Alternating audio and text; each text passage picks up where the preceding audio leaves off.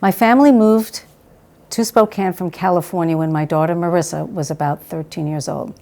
We moved here looking for a better life and experience for our children because things in California were getting a little rough, and we thought there might be a better way here. We were told at the time that the Meade School District was the place to go for education and for a better experience for our kids. 13 was a difficult age for Marissa to make a transition, although she was anxious to come. Unfortunately, Marissa started running with a crowd that wasn't the best. I wasn't aware at the time of any dabbling with drugs or alcohol. We kind of thought they were just doing what kids that age do. But after high school, she continued to gravitate towards that crowd. In around 2014, when Marissa was about 18, our family went through a very trying time and a difficult divorce. At the similar time, Marissa was in a car accident. The doctors put her on hydrocodone and oxycodone. It became increasingly apparent that something was seriously wrong. Finally, she fessed up that she became an IV drug user of heroin. Her opioid prescription for pain had run out and she couldn't get it any longer, so she turned to the street to get hooked on a different opioid, heroin. Once I discovered what was happening, I was mortified, of course, and I said, okay, I need to jump into action. I spent every cent I had sending her to every private facility I could muster the money to send her to. Unfortunately, she would go to detox for 30 or 60 days, come out, and immediately relapse. This went on for quite a few years. It became an ongoing cycle that produced no lasting change. A few years passed when Marissa had a friend who just had come out of rehab. It's not unusual that as soon as they come out of rehab, especially if there's no real follow-up, they relapse. So when she did, my daughter and Jessica was her name, used together. And this girl overdosed in my daughter's arms and died. It was tragic, and I thought to myself, my God, this is it. She'll never use again. This is a turning point. At that point, I got Marissa back into treatment, but even that tragic personal experience didn't solve the problem. She continued using. The pull of addiction and the drug is so strong, it's crazy. I finally decided that I had to get her out of Spokane because every time she came back, it was no good. I found a long-term treatment and recovery program in Los Angeles where she could stay for a year and then segue into something longer. It's really an amazing place, and I sent her down there, and she spent 10 months and did amazingly well. Naturally, I thought, okay, this is it. But after 10 months, she wanted to come home. I miss my family, she said. You guys are getting old, and all the reasons to come back. So she came back and actually lived here with me once again because I had an apartment at the time. She started on Suboxone and was really heroin-free for 10 months. She got a job even before she arrived, so things were going very well. Little by little, I saw depression setting in. She didn't continue in a recovery program. She lost her job, hooked up with a guy, and started drinking alcohol. She had never had an alcohol issue before, but alcohol then became almost a bigger nightmare than heroin for her. So she's on the Suboxone and she's drinking heavily. I finally had to throw her out of the apartment. She became homeless. I've always been her advocate, but I don't enable her. And in the last 2 or 3 years, she's been through hospitalizations, overdose, detox, not just from alcohol, but fentanyl too. In one overdose, she had 6 different substances in her body, but they hospitalized her because the detox from alcohol was so serious. She's been in and out of the ER. Most of the time, she's trying to detox. When she comes out of the detox, inevitably, she doesn't follow through. In the last 2 or 3 years, Marissa has been through hospitalizations repeatedly, overdose, detox, not just from alcohol, but fentanyl, as well as one time she had 6 different substances in her body. They hospitalized her, though, for the detox from alcohol because it was so serious.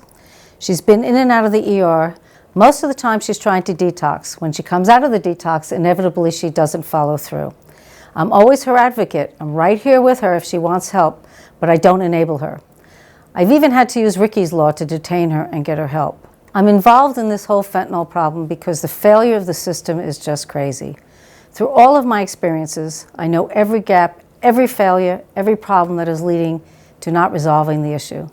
As an advocate, I can only imagine the kids and addicts who don't have anyone to help them and to advocate for them and to navigate the system. For many years, I hid what was happening with my daughter because I was embarrassed. I felt a lot of shame, and I felt like a failure as a mom. And then I met Harriet Rossetto, the creator and founder of Beit Teshuvah, a very well-known residential recovery center in LA. I went to an immersion program with her. My daughter was in treatment there at the time. This woman said to me very pointedly, "When are you going to come out?" And I was like, "When am I going to come out?" But she persisted, "When are you going to come out in front of this? What are you hiding from? This is your child. She's not well. You have a story." That moment really changed my entire perspective. For the first time, I realized that there is no shame. My daughter's sick. This is an illness, and it's an ongoing illness. And I also realized that there are other people in similar situations who I might be able to help by telling my story, and it was very freeing. I mentioned about the system failure. It's not just a lack of protocols, but it is a lack of education in our medical field. Staff are not educated about how to treat people with substance abuse and mental health issues. They're very busy in the ER, and they don't always take the time that they need. I have a very good recent example. With the hope of getting help, my daughter, Marissa, went to the hospital to get medically cleared because she wanted to get into STARS, a local detox program. In order to go to STARS, you have to first get to the hospital and get medical clearance. They medically cleared her, and they said she was fine to go. They sent her to STARS, where she ended up falling and hitting her head because she really wasn't ready to be there. They then called an ambulance, brought her back to the hospital, where she spent a few days, and then they released her again. This time, it was a weekend, and it was after 6 p.m. They released her, but they didn't have medication to send her with to STARS. Well, STARS would not accept her because they did not coordinate, and STARS needed to have the medication. So they left Marissa to her own devices, sent her back out on the street. Shortly thereafter, she relapsed again. Still wanting help, though, she goes back to the hospital to try again. This time, the ER doc was fabulous, a little more educated. And after several hours in the ER, she admitted her to the hospital, and there she was there for 2 days. This was on a Wednesday. On Friday morning, a hospitalist, unbeknownst to me, says, "You're okay to go back to STARS now." They discharged her and sent her over to STARS. I get a frantic call from STARS. "There's no way your daughter can be here.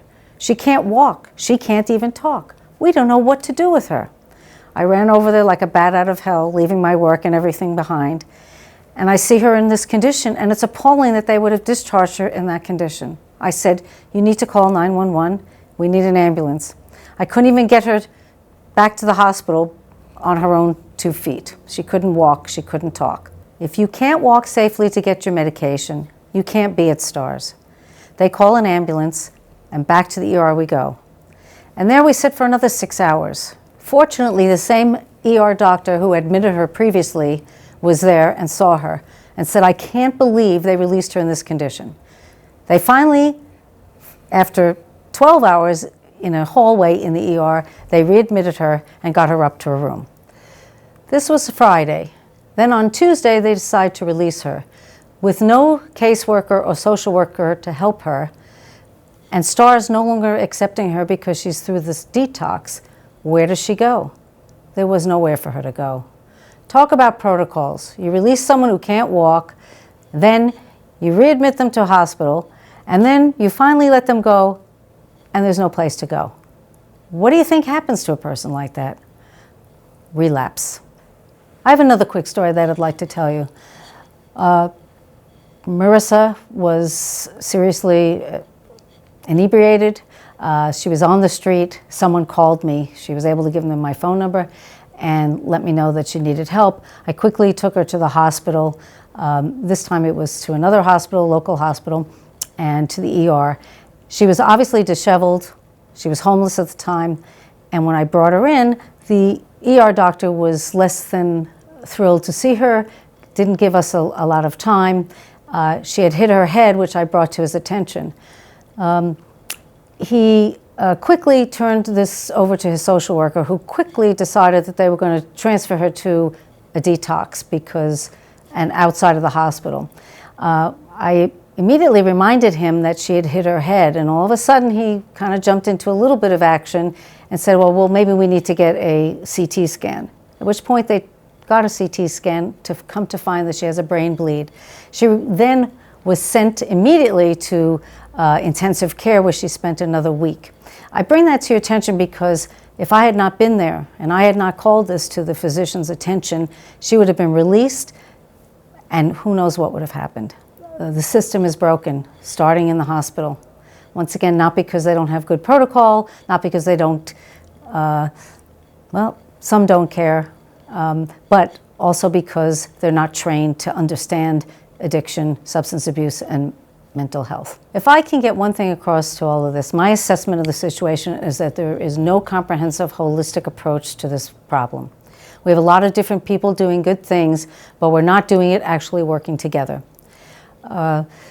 Privately, along with the help of the Race for Dean Foundation, the Citizens for a Safe Spokane, what I'm involved with is working with a consulting company to compile data that we need to show what is working and what's not available. Currently, we have no data to show measurable outcome of all the programs and the things that exist in our town. We need to be asking what's really working and how does the data support what we're doing.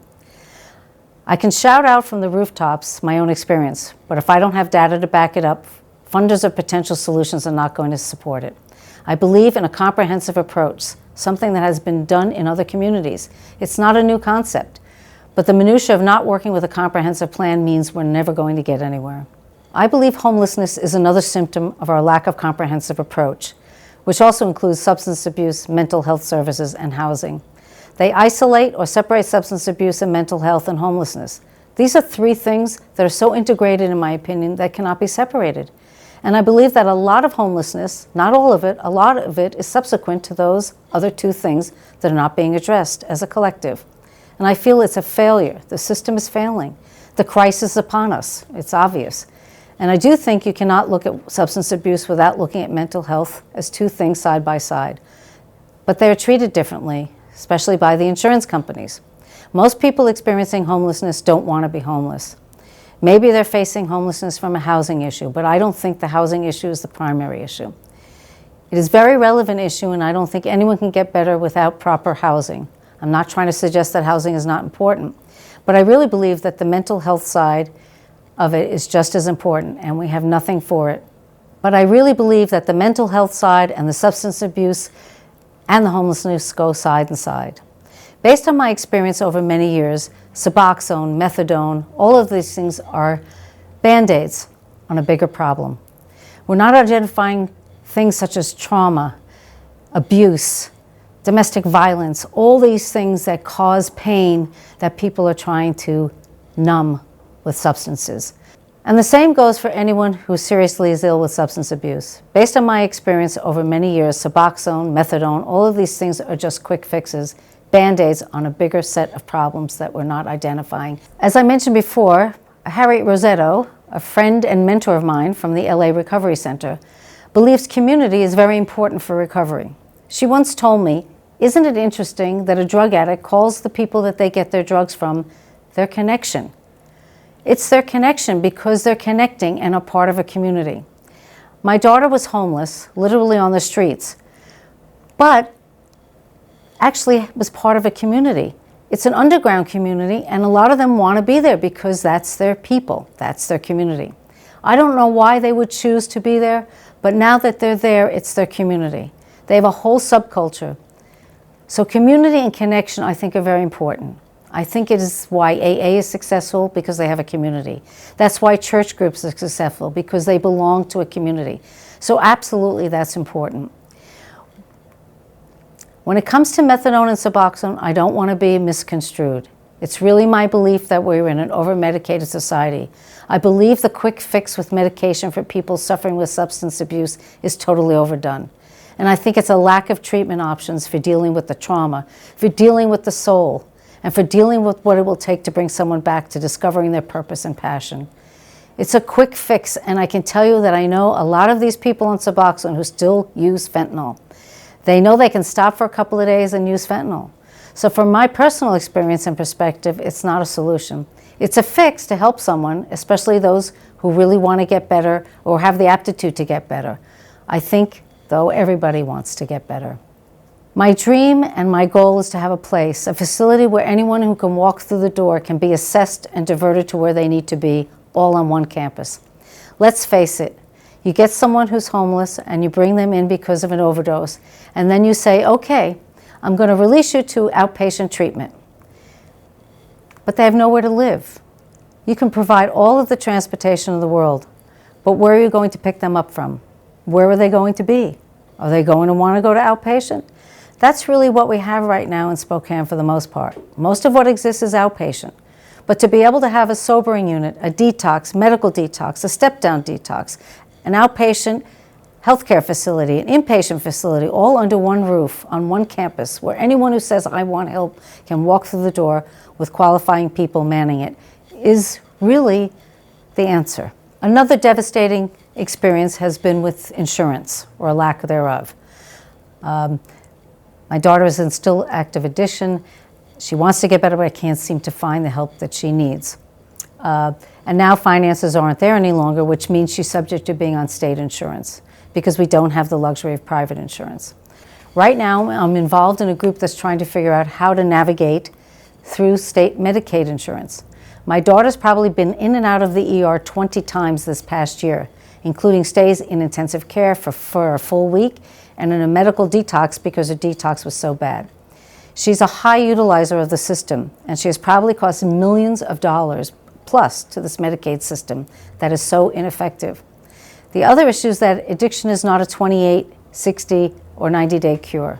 The brain doesn't even start normalizing in that time. It's a full year or two before you can even talk to people about returning back to society. When my daughter finally agreed to go to inpatient, it was 28 days, and then she was out. And then there was no follow-up, no case management, nobody following her. And if you're homeless, there's no place to follow to. And that's what we're working on trying to rectify. It's become more and more apparent to more and more people that the system is failing those who are asking for help.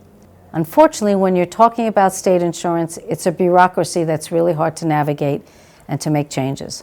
Most of people seeking help are affected by this because when the money runs out, even if they had private insurance, unless they're underage or they have wealthy parents, they're probably going to be on Medicaid. When I've been in the hospital and I've seen how homeless people or addicts are treated, it's clear that they're not treated with the same kind of care as an individual who's there for any other illness. The hospital staff are not equipped or trained for it. Often they see people coming in and just think they're here for a free meal or drugs. But I've seen some compassionate people. A little over 2 years ago, my daughter was homeless again. She was living with this guy on the street, and during a drunken or drug-fueled altercation, she was hit, fell to the ground, and hit her head. I got a call, as I have in the past, from someone passing by on the street where Marissa was able to relay my phone number, and I got the call that my daughter was in distress. I pick her up, I take her to the ER. There, a doctor examined her, and they decided they needed to let her sleep it off. When the shift changed, a new doctor comes in. He looks one look at her, and he called for a social worker to come down. The social worker comes and says, we're going to send her somewhere else. I called the doctor back and said, we brought her in because she hit her head. Do you not want to look her over? They hadn't even really looked at her. They hadn't taken her gown off. They hadn't done anything. When the doctor realized I was there, and I was obviously not stupid, I showed him a picture of my daughter in a better state when she was not using. I said, this is my daughter. Do you have any children? This is my daughter. How would you care for your daughter? I was so upset because I could see that she wasn't getting proper care. I said, I'm not letting her leave this hospital. She hit her head. I want you to take care of this. I often wonder if someone didn't have an advocate with them, what would have happened at that time? They then decided to do a CAT scan where they came back and found that she had a brain bleed. She ended up in intensive care for probably 2 weeks. She had to be medically induced into almost a coma state because of her terrible detox and brain bleed. They hadn't even really paid attention to her when she got there because she was filthy, obviously homeless, and under the influence when she arrived. And they really didn't want to give her the time of day.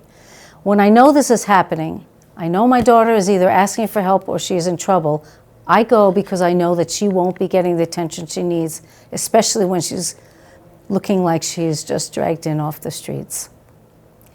We don't have trained people. I believe much of the problem is because the problem itself is so overwhelming. It's also clear we don't have trained people to provide this kind of care. There are hospitals out there that are implementing actual training programs to train their staff for these types of situations. And caring for people experiencing substance abuse is a critical part of healthcare. These people are human beings. They're sick and they need to be treated as sick people. I often think about what would have happened to my daughter if I had not been there. They released her with a brain bleed out to the street. Then what? The social worker would have put her somewhere else, and then she would have died. That kind of treatment is not unusual, and I can't tell you how many times in the middle of the night they would release her to nowhere, with no money, nowhere to go, no phone, nothing. For example, the first time I used Ricky's Law to have her detained, they sent her to Kent, Washington. They took her there via ambulance. Imagine the money involved in that. But when they decided that she was going to be released, they let her go with no way to get back to Spokane. She had no phone, no money, and no way to get home to Spokane. They just said they'd give her a ride to the bus station or train station. And then what? I don't want my daughter to die. I don't want my daughter to die. I know, of course, that it's not up to me. Everyone tells you that, but I don't want my daughter to die. I want my daughter to live. Her Suboxone doctor told her that if she doesn't stop, she's probably going to be dead in a year. And she doesn't want to die. She keeps asking for help, but she keeps putting herself in every position possible to kill herself. She needs help, and she needs help, good help. Not just another medication. She needs real help. I bring the human side to this problem. I don't have my vested interest in any organization. I just want to see my daughter's life exist and thrive and be healthy. That's my interest. She told me recently, you know, Mom, you're the only one who's never given up on me.